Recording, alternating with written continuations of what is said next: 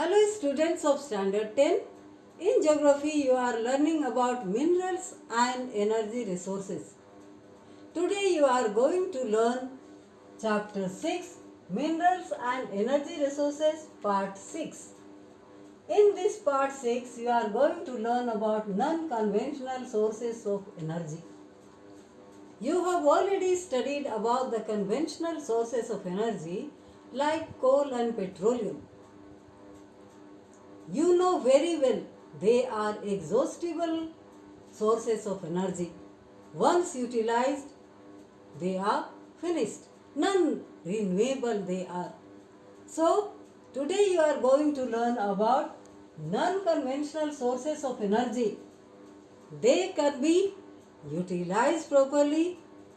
They can reduce the pressure on the coal and petroleum, and they are very important to get energy from the sun or wind anywhere.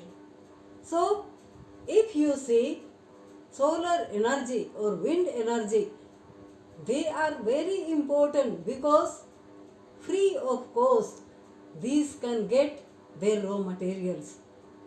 But coal and petroleum, once utilized, they need more and more raw materials for every purpose. And some days it is believed that the deposition of coal or petroleum may be depleted, and therefore there is need to develop non-conventional sources of energy. See, what are the advantages of non-conventional sources of energy? They are renewable sources of energy. We can get again and again. They are pollution free, does not release any gas. They are eco-friendly, favorable for the environment. They need less capital investment to get solar energy.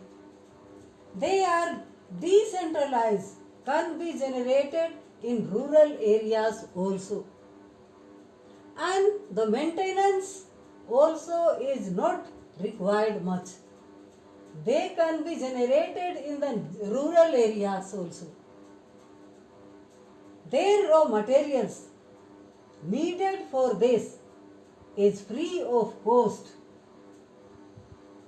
Biogas solves the problems of waste disposal because biogas is generated by using the waste material in the cities and in the housing colonies by the decomposition of waste material, so that reduces the waste disposal.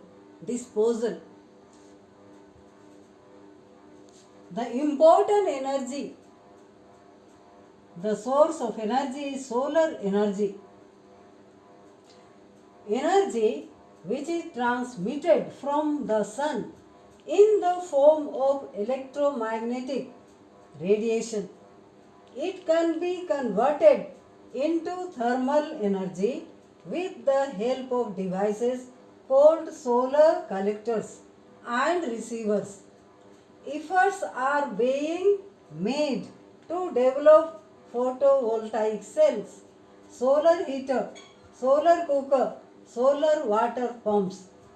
Nowadays you can see in the village area, in every block many panchayats are there. In the village area large solar panel is set up to get water, and that pumps water from the tube well. What are the advantages of solar energy? They are renewable. They are environmental friendly. They are pollution free. They are not costly. Little maintenance is needed, and everyone can afford to get like solar light or solar cooker or solar heater. Decentralized. They can be set up in every areas like rural areas. The need of the energy can be fulfilled by the solar energy. There are some disadvantages of solar energy. Can be harnessed during the day and during the night there is no energy. During rainy season, due to the cloudiness, lower energy can be produced. Energy production is low compared to other forms of energy. If we compare the energy produced by coal and petroleum, this is less. So cannot fulfill all the various necessities. And in India, some major producers of solar energy, some states are Gujarat, Maharashtra and Rajasthan, and Bangalore has become the largest producer, and he is also manufacturing lot of devices related to the solar energy. So do learn solar energy. Thank you.